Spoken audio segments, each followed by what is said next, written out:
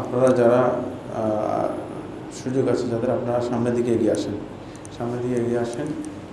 জি, আমরা চেষ্টা করব খুব সংক্ষেপে, যদি আপনাদের কোনো প্রশ্ন থাকে উত্তর দেওয়ার জন্য। আর কঠিন প্রশ্ন করবেন না, তাহলে বিপদ হয়ে যাবে আমার জন্য। বিসমিল্লাহ ওয়াসসালাতু ওয়াসসালামু আলা রাসূলিল্লাহ ওয়া আলা আলিহি ওয়া আসহাবিহি ওয়া মান ওয়ালা বা'দ। আলহামদুলিল্লাহ, সালাতুল জুমার পর আমরা আপনাদের কিছু প্রশ্ন নিয়ে একত্রিত হয়েছি। আল্লাহ তাআলার কাছে তৌফিক কামনা করি, আল্লাহ তাআলা আপনাদের এই কঠিন মনের প্রশ্নগুলোর উত্তর দেওয়ার জন্য আমাকে তৌফিক দান করুন। ফজরের 2 রাকাত সুন্নত বাসায় পড়ে মসজিদে আসলে কি তাহিয়াতুল মসজিদ পড়তে হবে? হ্যাঁ, তাহিয়াতুল মসজিদ পড়তে হবে, কারণ তাহিয়াতুল মসজিদের সাথে ফজরের 2 রাকাত সুন্নতের কোনো সম্পর্ক নেই। ফজরের 2 রাকাত যিনি পড়ে আসছেন তিনি মসজিদে প্রবেশ করলেই তাহিয়াতুল মসজিদ পড়তে হবে। তাহিয়াতুল মসজিদ রাসূলুল্লাহ সাল্লাল্লাহু আলাইহি ওয়াসাল্লাম একদিকে পড়তে নির্দেশ দিয়েছেন, আরেকদিকে রাসূলুল্লাহ সাল্লাল্লাহু আলাইহি ওয়াসাল্লাম বলেছেন যে মসজিদের জন্য তাহিয়াতুল মসজিদ যিনি পড়বে না তিনি যেন না বসেন। এখন আপনি যদি তাহিয়াতুল মসজিদ পড়তে না চান তাহলে আপনি দাঁড়িয়ে থাকতে হবে। কতক্ষণ পর্যন্ত দাঁড়িয়ে থাকবেন? ইকামত দেওয়া পর্যন্ত, ইকামত দিয়ে ইমামের সাথে সংযুক্ত হবেন। যদি দেখেন যে অনেক লম্বা সময়, 3 মিনিট 2 মিনিট হলে হয়তো দাঁড়িয়ে থাকলেন, অসুবিধা নেই, মসজিদে বসবেন না। কিন্তু লম্বা সময় 10 মিনিট রয়ে গেছে, 10 মিনিট দাঁড়িয়ে থাকবেন কেন? তাহিয়াতুল মসজিদ পড়ে তারপরে মসজিদে বসবেন, অন্যথায় মসজিদে বসলে আপনি গুনাহগার হবেন। আর ফজরের সুন্নাত মসজিদে এসে পড়লে তারপর তাহিয়াতুল মসজিদ পড়া যাবে কিনা? না, ফজরের সুন্নাত যিনি পড়বেন তিনি মসজিদে প্রবেশ করে যদি ফজরের সুন্নাত পড়েন, ফজরের সুন্নাত এবং তাহিয়াতুল মসজিদ নিয়ত করে পড়বেন, তাহলে ডবল সওয়াব পাবেন। আর যদি শুধুমাত্র ফজরের সুন্নাত পড়েন তাহলে তাহিয়াতুল মসজিদ পড়তে হবে না, কিন্তু সওয়াব পাবেন কম, শুধু ফজরের সুন্নাতের সওয়াব পাবেন। এই জন্য নিয়ত করবেন ফজরের সুন্নাত এবং তাহিয়াতুল মসজিদ একসাথে নিয়ত করে পড়বেন। মসজিদ জিরানা থেকে কি উমরা করা শুদ্ধ হবে? না, এটা মিকাত নয়। জিরানা এর যেই জায়গাটা আছে এটা হচ্ছে মানে হারামের শেষ সীমানা। এটা হলো মানে হুনাইনের দিক থেকে আসার সময়, অর্থাৎ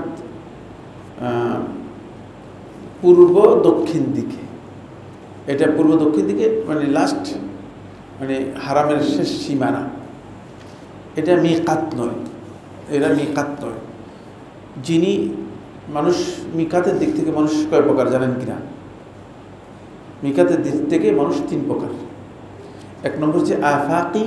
আফাকি হচ্ছে যে মিকাতের বাহির থেকে মিকাতে প্রবেশ করে, সে হচ্ছে আফাকি। আফাকি বলা হয় মিকাতের বাহির থেকে যে মিকাতে প্রবেশ করে।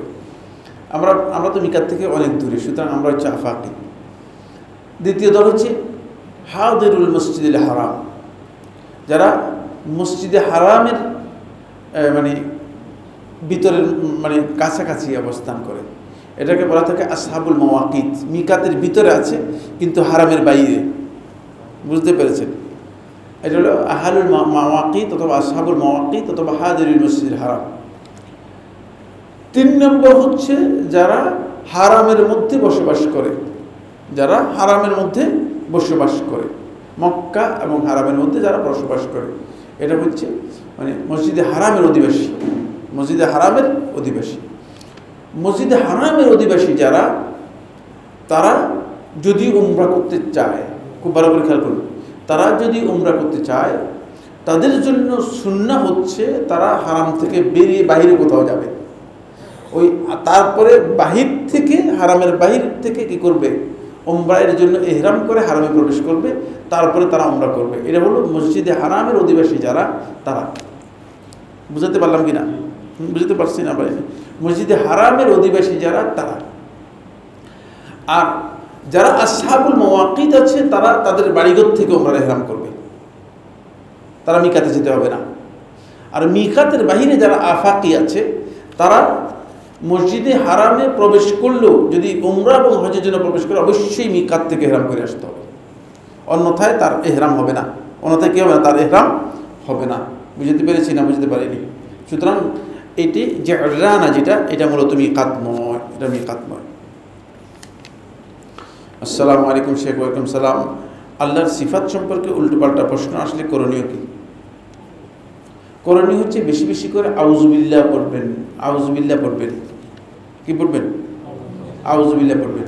ইস্তেআযার যতগুলো আলফাজ আছে সেগুলো পড়বেন, আওয়াজ করে পড়বেন, আওয়াজ করে পড়বেন। তারপরে যদি তারপরেও দেখেন যে চাচ্ছে না, আউযুবিল্লাহি মিনাশ শাইতানির রাজিম 3 বার বলে বাম দিকে এভাবে, মানে এটি এক প্রকারের ওয়াসওয়াসা, এটি এক প্রকারের ওয়াসওয়াসা। চেষ্টা করবেন যে এটাকে পরিপূর্ণরূপে প্রত্যাখ্যান করার জন্য। প্রথমে যদি প্রত্যাখ্যান করতে পারেন, আস্তে আস্তে কি করবেন, এখান থেকে বেঁচে যাবেন। কোনো কাজ করার ক্ষেত্রে কতটুকু পরিশ্রম করব, নাকি আল্লাহর উপর ভরসা করে এই কথা বলে অল্প পরিশ্রম করুন না, এটা ভরসা নয়, বুঝলেন না? এটা হলো আল্লাহর উপর ভরসা নয়, এটা হলো আল্লাহর উপর ভরসা। কারণ আল্লাহ তাআলার উপর ভরসা হচ্ছে আপনার সাধ্যে যতটুকু আছে ততটুকু চেষ্টা করবেন, বুঝতে পেরেছেন? চেষ্টা করে তারপরে আল্লাহ তাআলার কাছে মানুষ কি করবে, বিষয়টা ন্যস্ত করবে, চেষ্টা না করে করবে না। ঘুমের সুন্নাহ কয় ঘন্টা, এটা সুন্নাহর সাথে জড়িত নয়, এটা আদাতের সাথে জড়িত, এটা আদাতের সাথে জড়িত। নবী সাল্লাল্লাহু আলাইহি ওয়াসাল্লাম মাঝের তৃতীয়াংশ নবী সাল্লাম ঘুমাতেন, মাঝের তৃতীয়াংশ নবী সাল্লাম কি করতেন, ঘুমাতেন। ওটা অ্যাপ্রক্সিমেটলি 3.5 ঘন্টার মতো হতে পারে, এর বেশি হবে। আবার নবী সাল্লাল্লাহু আলাইহি ওয়াসাল্লাম কখনো কখনো মানে শেষ তৃতীয়াংশের মানে কিছু অংশ ঘুমাতেন। কোনো কোনো রাওয়ায়াতের মধ্যে 1/6 কথা এসেছে। তবে নবী সাল্লাল্লাহু আলাইহি ওয়াসাল্লাম গালিবে ঘুম ছিল। নবী সাল্লাল্লাহু আলাইহি ওয়াসাল্লাম মানে দ্বিতীয় তৃতীয়াংশ নবী সাল্লাল্লাহু আলাইহি ওয়াসাল্লাম কী করতেন, বেশিরভাগ ঘুমাতেন। কিন্তু এটা সুন্নাহর সাথে জড়িত মাসআলা নয়, এটা হচ্ছে আদাতের সাথে জড়িত মাসআলা।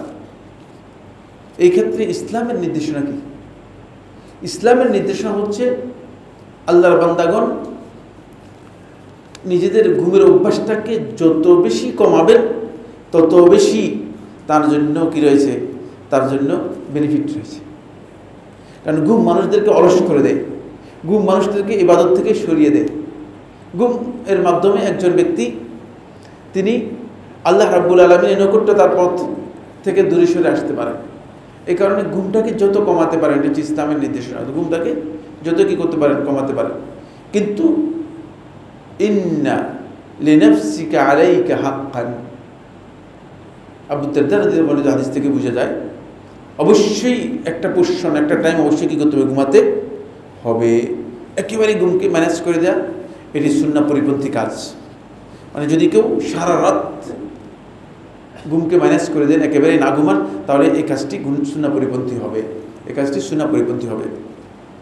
আসসালামু আলাইকুম ওয়া রাহমাতুল্লাহ। ওয়া আলাইকুম আসসালাম ওয়া রাহমাতুল্লাহ ওয়া বারাকাতুহু। সিজদায় কোরআন থেকে দোয়া করলে কি আল্লাহুম্মা দিয়ে শুরু করতে হবে, যেমন আল্লাহুম্মা রাব্বানা আতিনা? শর্ত নয়, যদি কেউ আল্লাহুম্মা দিয়ে শুরু করে করতে পারে। এই দোয়ার মধ্যে অলরেডি মানে হাদিসের মধ্যে আল্লাহুম্মা শব্দ এসেছে, এই দোয়ার মধ্যে অলরেডি আল্লাহ হাদিসের মধ্যে এসেছে। বাকি শর্ত নয় যে আল্লাহুম্মা দিয়ে শুরু করতে হবে। দোয়া হিসেবে যদি কেউ পড়েন, কোরআনে কারীমের আয়াতগুলো পড়তে পারবেন। শেখ ইবনে উসাইমিন রাহমাতুল্লাহ আলাইহি তার ফতোয়ার মধ্যে বিষয় বলেছেন, এবং এটাই বিশুদ্ধ বক্তব্য। কারণ হচ্ছে কিছু হচ্ছে দোয়া আর একটা কিছু হচ্ছে তেলাওয়াত। তেলাওয়াত নিষেধ করা হয়েছে, দোয়া নিষেধ করা হয়নি। অনেক মুসলিম আছে যারা নিজেদেরকে বামপন্থী দলের অন্তর্ভুক্ত দাবি করেন, তারা কি করতে পারে? কিছু করে না। অনেক মুসলিম আছে যারা শিরক করতেছে, কি করবে? মুসলিম এটা হচ্ছে আপনার কাছে পাসপোর্ট আর আইডির মুসলিম, বুঝতে পেরেছেন? পাসপোর্ট আর আইডির মুসলিমের আল্লাহ তাআলার কাছে কোনো মূল্য নেই, কোনো মূল্য নেই। মুসলিমের মূল্য হচ্ছে ইসলামের দিয়ে। কারণ এর ইসলাম কি? এর ইসলাম তো আসলে কিছুই না, সেটা ইসলামের আসলে কিছুই তার মধ্যে নেই, শুধুমাত্র আইডির মুসলিম। আর আমাদের এখানে আমরা যারা আছি শতকরা কতজন বলবেন আপনি? কতজন হতে পারে? আমার কাছে মনে হচ্ছে শতকরা মুসলিম নামধারী 90 জনেই মূলত আইডির মুসলিম, আইডির মুসলিম, কোনো কাজের না। আর বাকি যারা আছে অনেকে মুনাফিক রয়েছে, এদের মধ্যে বড় বড় কঠিন কঠিন মুনাফিক রয়েছে। আইডির মুসলিমে বেশি। ইসলামের সাথে সম্পর্ক নেই তো আসলে, আমাদের ইসলামের সাথে পরিচয় নেই। কারণ এখন আমি যদি, আপনার রাগ করেন না, আমি যদি ইসলাম কাকে বলে একজনকে জিজ্ঞেস করি, বলতে পারবে না, পারবে কি না? হ্যাঁ, জিজ্ঞেস করবো, পরীক্ষা নিব? হ্যাঁ, বিপদ হয়ে যাবে, বিশাল বিপদ হয়ে যাবে। হ্যাঁ, আপনি বলতে পারবেন? আপনি বলতে পারবেন? হ্যাঁ, দেখছেন, আমি জিজ্ঞেস করলাম না, আমি আপনাদেরকে মানে আপনারা তাহলে লজ্জিত হয়ে যাবেন। তো আমি ইসলামই জানলাম না, আমি তো মুসলিম মুসলিম পরিচয় দিয়ে যাচ্ছি, আসলে কিসের ভিত্তিতে দিচ্ছি? যে কাজগুলো আমার জন্য ইসলাম মুসলিম হওয়ার জন্য শর্ত, সেগুলোর সাথে সম্পর্ক নেই, পরিচয় নেই, চলছে আর কি গোট্টালিকা প্রবাহে। বাবাও মুসলিম, দাদাও মুসলিম, দাদা দাদাও মুসলিম, আমরাও মুসলিম, মানে এই গোট্টালিকা প্রবাহে চললে হবে না। তো আবার অনেক জিনিস আছে যেগুলো জানতে হবে, ফরজ আইন জানা। সেই ফরজ আইনগুলো আপনি জানছেন কিনা, জানেন নাই তো চেষ্টা করেন। ফরজ ও নফল সালাতে সিজদা বা রুকুতে থাকাকালীন বাংলায় দোয়া করা যাবে কিনা? সিজদায় দোয়া করা যায়। তো এখন আপনি সিজদা কি দোয়া করার জন্য পৃথিবীর কোনো আলেম দোয়া আরবি হতে হবে এই শর্ত করেছেন? আমার জানা নেই, কেউ করছেন শর্ত এরকম, শুনছেন কেউ? কোনো আলেম করছে কোনো ফিকহের মধ্যে আমি দেখি নাই, সুতরাং প্রশ্নই আসে না। কারণ আপনি দোয়া করবেন, আল্লাহর কাছে চাইবেন, আপনার আল্লাহর কাছে দোয়া করতে গিয়ে আপনি যদি বলেন যে মানে আপনি দোয়া জানেন না, বলবেন কি সেটা জানেন না, এখন আপনি সিজদায় গিয়ে তারপর সিজদা থেকে উঠে ইমাম সাহেব আমার দোয়াটা আরবি করে দেন, তো করতে হবে। ইমাম সাহেব বলুন তো ভাই আমি তো তত ভালো আরবি জানি না, আপনি একটু ভালো আরবি জানেন, যে ওনার কাছে যান। নামাজ পড়তে পারবেন, সিজদায় দোয়া করতে পারবেন, প্রশ্নই আসে না। দোয়া করা জায়েজ বন্ধুগণ, দোয়া করা জায়েজ। দোয়ার জন্য শর্ত নয় আরবি হতে হবে, দোয়ার টেক্সট শর্ত নয়। দোয়া নবী সাল্লাল্লাহু আলাইহি ওয়াসাল্লাম যে দোয়াগুলো করেছে সেগুলো উত্তম, সেগুলো ভালো দোয়া, কোনো সন্দেহ নেই, সেগুলো ব্যাপক অর্থবোধক দোয়া। কিন্তু আপনি এখন আপনি আল্লাহ তাআলার কাছে আপনার দরকার হচ্ছে জুতা, স্যান্ডেলের, তাহলে কী বলবেন? আপনি তো স্যান্ডেলের জন্য আল্লাহ তাআলার কাছে বলবেন, আল্লাহ আমার একটা স্যান্ডেল তো অভাব, স্যান্ডেলটা আমাকে দেন। আপনার একটা বিপদ হয়ে গেছে, অসুস্থ, আল্লাহ আমার রোগীটাকে সুস্থ করে দেন। তো এটা আপনি আরবিতে আল্লাহকে বলতে হবে, মানে আপনি মনে করছেন আল্লাহ তাআলা অক্ষম, আল্লাহ তাআলা আপনার ভাষা বুঝেন না, এমন কিনা? নাউযুবিল্লাহ মিন যালিক, সবটাই ভুল। সবচেয়ে আল্লাহ সম্পর্কে কুধারণা, আল্লাহ সম্পর্কে খারাপ ধারণা আমাদের, নাউযুবিল্লাহ মিন যালিক। সুতরাং আল্লাহ রাব্বুল আলামিন আমার ভাষা বুঝেন, তিনি সৃষ্টি করেছেন, এগুলো কিচ্ছু দরকার নেই। আপনি বাংলায় দোয়া করতে পারবেন, বাংলায় দোয়া করতে পারবেন। রাসূল সাল্লাল্লাহু আলাইহি ওয়াসাল্লামকে নবীজি বললে সম্বোধন করা যাবে কি? কোনো অসুবিধা নেই, যদিও এটা মানে ফার্সি সম্বোধন আর কি, ফার্সি এবং উর্দুতে ব্যবহার করা হয় থাকে। ফার্সি থেকে উর্দুতে ব্যবহৃত হয়েছে, মানে না, উর্দু থেকে হিন্দিতেও আসছে এই শব্দটা। জি বলতে মানে সম্মানবোধক শব্দ, সম্মানবোধক সম্বোধন, বুঝতে পারছেন? যেমন আমাদের দেশে অনেক আছে গো, অনেক আছে এই বিভিন্ন ধরনের শব্দ, আঞ্চলিক শব্দগুলো আছে, ঠিক এই ধরনের একটা শব্দ। কিন্তু রাসূলুল্লাহ সাল্লাল্লাহু আলাইহি ওয়াসাল্লামের ক্ষেত্রে সবচেয়ে উত্তম হচ্ছে রাসূলুল্লাহ সাল্লাল্লাহু আলাইহি ওয়াসাল্লাম অথবা আল্লাহ রাসূল সাল্লাল্লাহু আলাইহি ওয়াসাল্লাম বলা। নবীজি শব্দটাকে ব্যবহার করতে পারে না, জায়েজ নেই। বিতিরে কাজা সালাত পড়ার নিয়ম কি? বিতিরে কোনো কাজা নেই। এক নম্বরে যে কাজা কোনো সালাত নেই এখানে এই মসজিদের মধ্যে। এখন আমি এই প্রশ্ন তো দিব, তার অনেক পিছনে, মানে এখনো বহু পিছনে রয়েছে দেখতেছি। সালাতের কোনো কাজা কাফারা নেই, সালাতের কাজা নেই, এটাও আপনাদের মানে আমাদের আলোচনা থেকে আপনারা নিতে পারেন নাই। সালাতের কোনো কাজারই সুযোগ নেই, কাজা হবে কীভাবে সালাত? আর কোনো সুযোগ আছে কি না? কোনো সালাত যদি আদায় করতে না পারেন সাথে সাথে আদায় করে দেবেন, কাজার কোনো সুযোগ নেই। ইচ্ছাকৃতভাবে কোনো ব্যক্তি যদি এক ওয়াক্ত সালাত নষ্ট করা যায়, কিয়ামত পর্যন্ত সালাত পড়লে সেই সালাত কবুল হবে না। বুঝে আসছে না? বুঝে আসছে কিয়ামত পর্যন্ত, যে কারণে কুফরি কাজ, কুফরি কাজ। আপনার ওজনের কারণে যদি কোনো সালাত ছুটে যায় তাহলে আপনি সাথে সাথে সেটা আদায় করে দেবেন, আদায় হয়ে যাবে। আর বিতিরের সালাতের জন্য, বিতিরের সালাত হচ্ছে ওই ব্যক্তির জন্য যে ব্যক্তি, খুব ভালো করে কারণ ওই ব্যক্তির জন্য যে ব্যক্তি বিতিরের সালাত, রাতের সালাত। বিতিরের সালাত বলতে কি বোঝায় জানেন কিনা? বিতিরের সালাত বলতে কি বোঝায়? বিতিরের সালাত হচ্ছে রাতের নামাজ, তাহাজ্জুদ, বুঝতে পেরেছেন? এটার বেজট করার নাম হচ্ছে বিতির। খুব ভালো করে খেয়াল করেন, জিনিসগুলো বুঝতে হবে আপনাদের, না বুঝতে চলবে না। আসলে দিনটা বুঝার বিষয় আছে। এটা বেজট করার নাম হচ্ছে বিতির। 2 রাকাত পড়েন, 4 রাকাত পড়েন, 6 রাকাত পড়েন, 1 রাকাত পরে বেজট করে দিলেন, এটার নাম হচ্ছে বিতির। বুঝে আসছে? যে ব্যক্তি নিয়মিত কন্টিনিউ পড়েন, যিনি কন্টিনিউ করেন, তিনি তার ওই ইবাদতের কন্টিনিউয়াস ফরম্যাটটা ঠিক রাখার জন্য যদি রাত্রে কোনো কারণে পড়তে না পারেন তাহলে দিনের বেলায় তিনি পড়বেন 2 রাকাত করে জোট পড়বেন, দিনে বেজট হয় না। বুঝতে পারলাম কিনা? তিনি যদি মানে বিতির 5 রাকাত পড়েন, দিনের বেলায় 6 রাকাত পড়বেন। বিতির যদি 7 রাকাত পড়েন, দিনের বেলায় 8 রাকাত পড়বেন। বিতির যদি 9 রাকাত পড়েন, দিনের বেলায় 10 রাকাত পড়বেন, বেজট পড়বেন 2 রাকাত। ওই ব্যক্তির জন্য যে ব্যক্তি নিয়মিত পড়ে থাকেন, নিয়মিত কন্টিনিউ রাতের নামাজ পড়ে থাকেন। বুঝতে পেরেছেন? এটা এই হচ্ছে বিথিরের সালাত। এটা এখানে কাজা নিয়ম কি এগুলো? রাষ্ট্রের সরকার যদি দুর্নীতিবাজ হয় সেক্ষেত্রে ট্যাক্স না দেওয়ার বুদ্ধিমানের কাজ হবে কি? এই বুদ্ধিমান থেকে আবিষ্কার করছে, এটা তো প্রথমেই এই বুদ্ধিতে আটকা পড়ে যাবে। দুদকের কেস খেয়ে শেষ পর্যন্ত জেলখানা যেতে হবে, প্রশ্নই আসে না। সরকার দুর্নীতিবাজ হতে পারে, সরকার চোর হতে পারে, সরকার জালেম হতে পারে, সরকার অত্যাচারী হতে পারে, আপনার হক নষ্টকারী হতে পারে।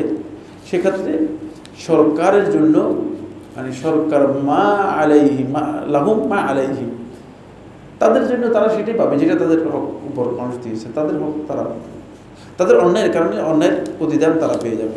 কিন্তু আপনার উপর যেটা আল্লাহর পক্ষ থেকে এবং রাসূলের পক্ষ থেকে, দ্বীনের পক্ষ থেকে অবধারিত, সেটা আপনাকে অবশ্যই কি আদায় করতে হবে। সেক্ষেত্রে যদি রাষ্ট্রের ট্যাক্স আদায় করাটা হক হয় থাকে, তাহলে সেই ট্যাক্সটা আপনি কী করবেন? আদায় করে দিবেন। যদিও আপনার কাছে মনে হয় যেন তারা জালেম, কিন্তু ট্যাক্স আদায় ফাঁকি দেওয়ার কোনো সুযোগ নেই। ট্যাক্স ফাঁকি দেওয়ার কোনো সুযোগ নেই। জুমা সালাতের মধ্যে উযু ভেঙে গেলে পরবর্তী কত রাকাত সালাত পড়তে হবে? জুমার সালাতের মধ্যে উযু নষ্ট হয়ে গিয়েছে, আপনি উযু করতে চলে যাবেন। উযু করে এসে যদি ইমামকে পেয়ে যান, যদি ইমামকে সালাতের রুকুর আগে ধরে ফেলতে পারেন, তাহলে রাকাত হয়ে গেছে, মাঝখানে ফাও গেল আর কি, নামাজটা মাঝখানে ফাও, কোনো অসুবিধা নেই। যেমন প্রথম রাকাতে, খুব ভালো করে গেল, প্রথম রাকাতে আপনি রুকু শেষ করে আপনি মানে সিজদায় যাওয়ার আগে অথবা সিজদায় যাচ্ছেন, আপনার উযু নষ্ট হয়ে গেছে। কি হয়েছে? উযু ভেঙে গেছে। এখন আপনি বের হয়ে গেছেন, উযু করে আসছেন, এসে আপনি ইমাম সাহেবকে রুকুর আগে পেয়ে গেছেন, ইমাম সাহেব রুকু যাওয়ার আগে পেয়ে গেছেন, অথবা রুকুতে গিয়ে পেয়ে গেছেন, তাহলে আপনার 2 রাকাতই হয়ে গিয়েছে। মাঝখানে সালাত কি কিছু সালাত একটু মাইনাস হয়ে গেছে, এটা আল্লাহ তাআলা ক্ষমা করে দিবেন। 2 রাকাতই হয়ে গেছে, আপনার কিচ্ছু করতে হবে না। কিন্তু যদি এমন হয় যে আপনি জুমার সালাতের মধ্যে 1 রাকাত কমপ্লিট করেছেন, উযু করতে গেছেন, উযু করে এসে দেখেন যে ইমাম সাহেবকে আপনি তাশাহুদে পেয়েছেন অথবা রুকুর উপরে পেয়েছেন, তাহলে আপনাকে 1 রাকাত পূর্ণ করতে হবে। 1 রাকাত পূর্ণ করতে হবে, 1 রাকাত পূর্ণ করতে হবে। জি, আর নাই? জি, হ্যাঁ, একটা দিন আর প্রশ্ন দিবেন না। আসসালামু আলাইকুম শেখ, চেয়ারে বসে নামাজ পড়ার ওজোর নিয়ম সংক্ষিপ্ত আকারে ইসলামী শরীয়তের পরিভাষায় আলোচনা করুন, জাযাকুমুল্লাহ খায়র। চেয়ারে বসে সালাত আদায় করার কোনো বিধান নেই ইসলামে। এটা ডাক্তারদের কাছ থেকে ফতোয়া নিয়েছে। ফতোয়া নিতে হয় আলেমদের থেকে। ফতোয়া নিয়েছে কার কাছ থেকে? ডাক্তারের কাছ থেকে। ডাক্তার এই লোকের বোঝেন হাঁটুর মধ্যে সামান্য ব্যথা, মানে কোনো না কোনো কারণে হয়তো ব্যথা হয়েছে, হতেই পারে, বিভিন্ন ধরনের সমস্যা হতে পারে। হাঁটুর ব্যথা, আপনি চেয়ারে বসে নামাজ পড়বেন না, তোমার ফতোয়া দিতে বলছে কে? ডাক্তার ফতোয়া দিতে বলছে কে? ওদের তো বুঝতে হবে তোমার, বুঝলেন না? কারণ বেশিরভাগ লোকে বলে আমার ডাক্তার বলছে চেয়ারে বসে বসে, মানে কোনো আলেমের কথা আমি কোনোদিন শুনি নেই। আজকের দিন পর্যন্ত কেউ আমাকে কথা বলে না যে আমাকে কোনো অমুক আলেমে বলছে আপনি চেয়ারে বসে সালাত আদায় করেন। আমরা ডাক্তারে বলছে চেয়ারে বসে মানে সালাত আদায় করেন, ডাক্তারের ফতোয়া দিয়ে চলবে কিনা? হ্যাঁ, না, চলবে না। যেই ওজনের কারণে, খুব ভালো করে খেয়াল করুন, যেই ওজন, মূলনীতি হচ্ছে যেই ওজনের কারণে আপনি মানে যেই হুকুমটুকু পালন করতে পারতেছেন না, সাকেত হয়ে গেছে, সেটা আপনার বাদ যাবে, আর বাকিটা অবশ্যই আপনাকে পালন করতে হবে। আপনি যদি কিয়াম করতে পারেন, কিয়াম করতে হবে, রুকু করতে পারেন, রুকু করতে হবে, সিজদা করতে পারেন, সিজদা করতে হবে, কিন্তু আপনি নিচে বসতে পারেন না। নিচে বসতে হলে আপনাকে অত উঁচা জায়গায় অথবা কোথাও বসতে হবে, তাহলে আপনি সিজদা করে উপরে উঠে চেয়ারে বসবেন। শুধুমাত্র মানে আল উজরুল মুবিহ, মানে যেটা বৈধতা দানকারী ওজর, সেটা যেই কাজ এর আপনাকে করতে বাধা দিচ্ছে, সেই কাজটুকু আপনার কাছ থেকে সাকাত হবে। কিন্তু আপনি সবটাই করতে পারেন, আপনি নিচে অনেকক্ষণ বসতে পারেন না, তাহলে আপনি মানে চেয়ারে বসতে পারেন, অথবা উঁচু জায়গায় বসতে পারেন, অথবা আপনি যেমন হাঁটুর কারণে আপনি পায়ের উপর বসতে পারেন না, তাহলে আপনি মানে স্বাভাবিকভাবে বসবেন, অথবা পা খাড়া করে বসবেন। কিন্তু যতটুকু ওজন ততটুকুর বাইরে আপনি কী পাবেন না, করতে পারবেন না, এটা জায়েজ নেই, তাহলে সালাত হবে না। সিজদা করা ফরজ। এখন সিজদা করতে পারেন কিনা আপনি, যদি সিজদা করতে পারেন না, আপনার সিজদা করতে হবে, সিজদা করতে হবে। এখন যদি আপনার ওজনটা এমন হয় আপনি রুকুও করতে পারেন না, আছে এরকম লোক আছে, রুকুও করতে পারেন না, সিজদাও করতে পারেন না, নিচে বসতে পারেন না, তাহলে আপনি কিয়াম করতে পারেন, আপনি কিয়াম করবেন, কিয়াম করে তারপরে আপনি এমন বসে রুকু করবেন, তারপরে আপনি বসে সিজদা করবেন। যেহেতু ওজনের কারণে আপনার এসবটাই করতে পারেন না, আপনি এটা নির্দিষ্ট করবে আপনার সমস্যাটা কি সেটার উপর, আর এটা ফাকিহ আপনাকে বলে দিবে যে আপনি কিভাবে সালাতটা আদায় করবেন। এখন সমস্যা হয়ে গিয়েছে, ডাক্তার ফতোয়া দিয়ে দিয়েছে আন্দাজের উপর। ডাক্তার অবশ্যই মানে পায়ে ব্যথা না যে এরকম লোক আছে নাকি? এখন তো মানে এই যুগে খুব কম সংখ্যক লোক আছে যাদের পায়ে ব্যথা নেই, বুঝতে পেরেছে। এখন আমি যদি বলি যে আবার পায়ে ব্যথা, ব্যথা তো থাকবেই, স্বাভাবিক কথাই। কিন্তু আমি যদি সিজদা করতেই পারি না অথবা বসতেই পারি না, তাহলে এই হুকুম, বুঝতে পেরেছেন? তাহলে আপনি কি করতে পারবেন? সামান্য ব্যথা আছে, আপনি কষ্ট করে বসতে পারেন। অবশ্যই আপনাকে ফরজ সালাতগুলো কি করতে হবে? এভাবে আদায় করতে হবে। ফরজ সালাতগুলো অবশ্যই আপনাকে সিজদা করে আদায় করতে হবে, এবং সবটাই যেগুলো ফরজ সেগুলো অবশ্যই করতে হবে, এগুলো সাকেত হবে না, কোনোটাই সাকেত হবে না।